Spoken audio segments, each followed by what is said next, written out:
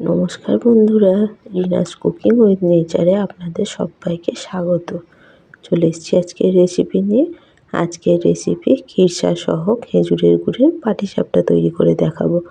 কিভাবে এই পাটিসাপটাটা করছি সেটাই আপনাদের সঙ্গে শেয়ার করব। এর আগে আমি একটা সন্দেশের পাটিসাপটা তৈরি করে দেখিয়েছিলাম। আজকে করব একদম খিরসা সহ খেজুরের গুড় দিয়ে পাটিসাপটা। শীতকালে তো আমরা পাটিসাপটা তো অনেক রকমভাবে করে থাকি, সকলেই খেয়ে থাকি। অনেকে আবার করতে পারে না, যে লেগে যাওয়ার ভয়ে প্যান থেকে উঠতে চায় না। কিভাবে করছি প্রথম থেকে শেষ অবধি ভিডিওটা দেখতে থাকুন।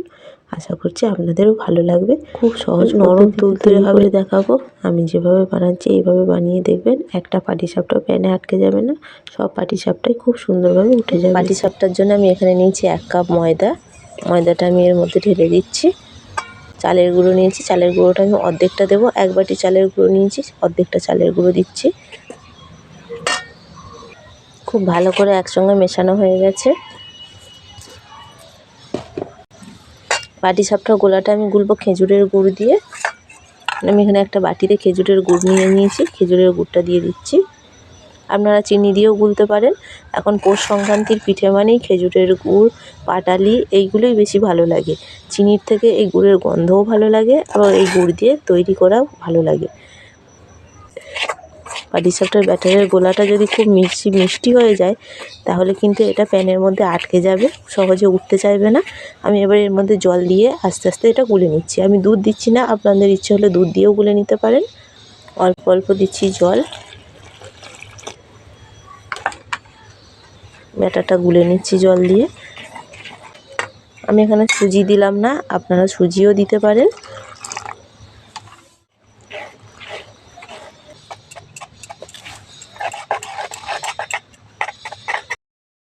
ব্যাটারটা গুলে নিয়েছি। ব্যাটারটা খুব বেশি পাতলাও করিনি, আবার খুব বেশি ঘনও করিনি, এরকম রেখে দিয়েছি। এটা যদি মনে হয় যে খুব ঘন হয়ে গেছে, তাহলে অল্প একটু জলও দিতে পারেন। এটা আমি এবার পাশে সরিয়ে রাখছি। সরিয়ে রেখে খিরসাটা তৈরি করে নিচ্ছি। খিরসাটা তৈরি করার জন্য আমি এখানে আমুলের 500 গ্রাম একটা লিকুইড দুধের প্যাকেট নিয়েছি। আপনারা গরুর দুধেও করতে পারেন। দুধটা আমি পুরোটাই ঢেলে দিচ্ছি, দিয়ে ঘন করে নেব। দুধটা জাল দিয়ে ঘন করে নিচ্ছি।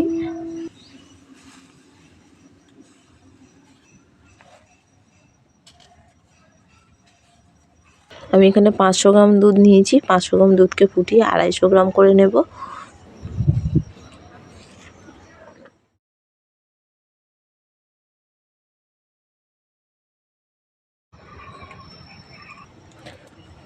দুধ ফুটে ফুটে অনেকটাই ঘন হয়ে গেছে। আমি এখানে পরিমাণ মতো চিনি দিয়ে দিচ্ছি। আপনারা এর মধ্যে পাটালি গুঁড়ো ব্যবহার করতে পারেন, অথবা খেজুর গুঁড়ো দিতে পারেন। আমি পাটিসাপটার ব্যাটারে খেজুরের গুড় দিয়েছি, তাই আমি এই খিরসাটায় আর খেজুরের গুড় দিলাম না, চিনিই দিলাম। চিনিটা দিয়ে ভালো করে মিশিয়ে নিচ্ছি।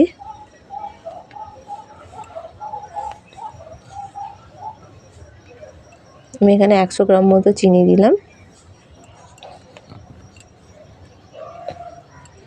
আপনারা খিরসাটা যেমন মিষ্টি খাবেন সেই রকম অনুযায়ী একটু চিনিটা দেবেন।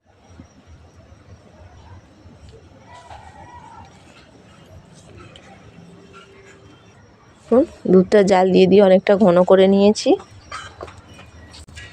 এখানে চালের গুঁড়ো রেখেছিলাম, চালের গুঁড়োটা আমি এখানে 100 গ্রাম মতো দিয়ে দিচ্ছি। চালের গুঁড়োটা দিয়ে ভালো করে মিশিয়ে নেব।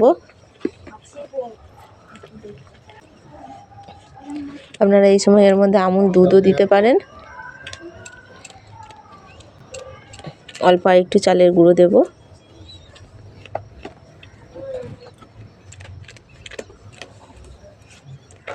এটা এবার একটু ভালো করে নেড়ে নিচ্ছি। দেখুন কতটা ঘন হয়ে গেছে। এটা একটু নেড়ে একটু শুকনো করে নেব। চাপটাটার পুরের জন্য খিরসাটা একদম রেডি হয়ে গেছে। এইরকম অবস্থাতেও নামিয়ে নিতে পারেন। এটা আর একটু অল্প শুকনোও করতে পারেন। এটা ঠান্ডা হয়ে যাবার পর অনেকটাই শুকনো হয়ে যাবে। নাড়াচাড়া করতে করতে এটা অনেকটাই শুকনো হয়ে এসছে, অনেকটা ঘন হয়ে গেছে। এরকম অবস্থাতে আমি নামিয়ে নিচ্ছি। এটা খিরসাটা আমি এর মধ্যে ঢেলে নিয়েছি। এটা এবার ঠান্ডা হয়ে যাবার পর অনেকটা জমে যাবে। সবটা করার জন্য এখানে একটা ফ্রাই প্যান বসিয়ে দিয়েছি। যে ব্যাটারটা গুলে রেখেছিলাম, এটাতে এরকম আছে ঘনত্ব। আমি এটা আর একটু জল দেবো অল্প, জল দিয়ে একটুখানি পাতলা করে ব্যাটারটা ভালো করে আবার গুলে নিচ্ছি। ততক্ষণ প্যানটা গরম হতে থাক।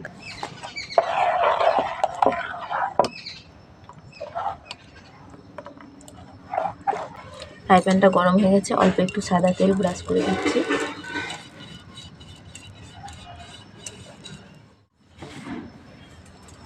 ফ্রাই প্যান বেশ ভালো গরম হয়ে গেছে।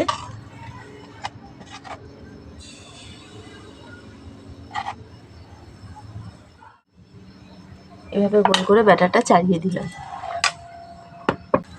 এইরকম যখন শুকনো শুকনো ভাব হবে পুরোটাতে, তবেই পাটিসাপটাটা উল্টাবো। উপরটা শুকনো হয়ে গেছে, আর একটু বাকি আছে, পুরোটা শুকনো হবে তবে আমি এটা উল্টাবো। পুরোটা শুকনো হয়ে গেছে। যে খিরসাটা রেখেছিলাম তৈরি করে, সেখান থেকে চামচ করে খিরসাটা এইভাবে লম্বা করে দিয়ে দেব।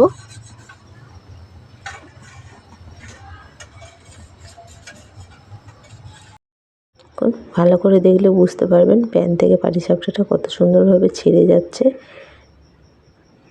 এই সময় এবার পাটিসাপটাটা আস্তে আস্তে করে এইভাবে ভাঁজ করে দিচ্ছি।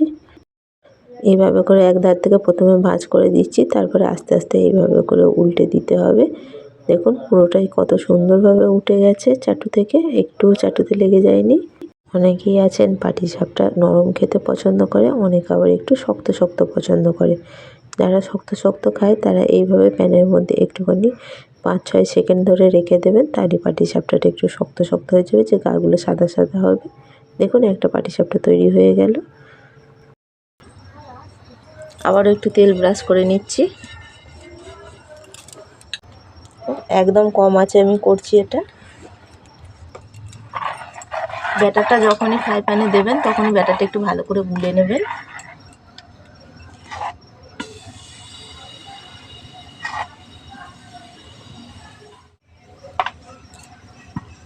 দেখুন এক পিঠ হয়ে গেছে। ওর যে খিরসাটা রেখেছিলাম,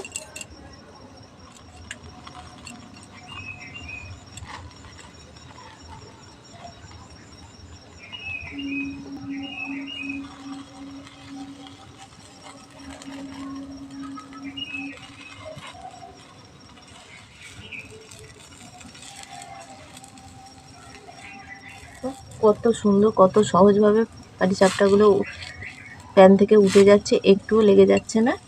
এইভাবে করে আমি একটা একটা করে পাটিসাপটাগুলো সব তৈরি করে নিচ্ছি।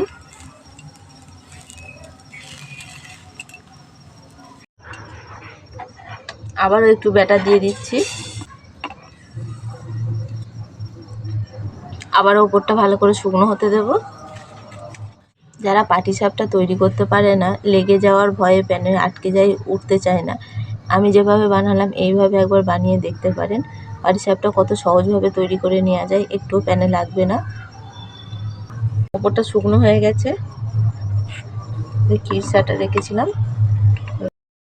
খিরসাটা দিয়ে দিচ্ছি। আমি খিরসাটা একটু বেশি করেই দিচ্ছি, তাতে পাটিসাপটাটা খেতেও ভালো লাগবে। এভাবে লম্বা করে দিয়ে দিচ্ছি।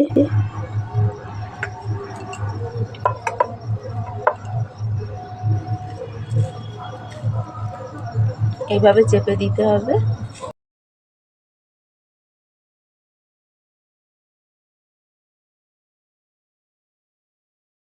এইভাবে করেই সমস্ত পাটিসাপটাগুলো আমি তৈরি করে নিয়েছি। পাটিসাপটাগুলো তৈরি হয়ে গেছে, ভিতর থেকে খিরসাগুলো সব ভালোভাবে বোঝা যাচ্ছে।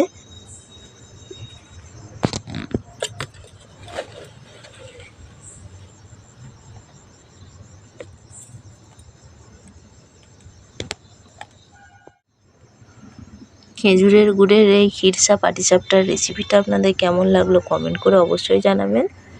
রেসিপিটা ভালো লেগে থাকলে একটা লাইক কমেন্ট শেয়ার করবেন, আর চ্যানেলটা সাবস্ক্রাইব করে আমার পাশে থাকবেন। ফিরে আসবো অন্য কোনো রেসিপি নিয়ে। পাটিসাপটা আমি কেটে দেখাচ্ছি, কতটা সুন্দর হয়েছে দেখুন, কতটা নরম হয়েছে দেখুন,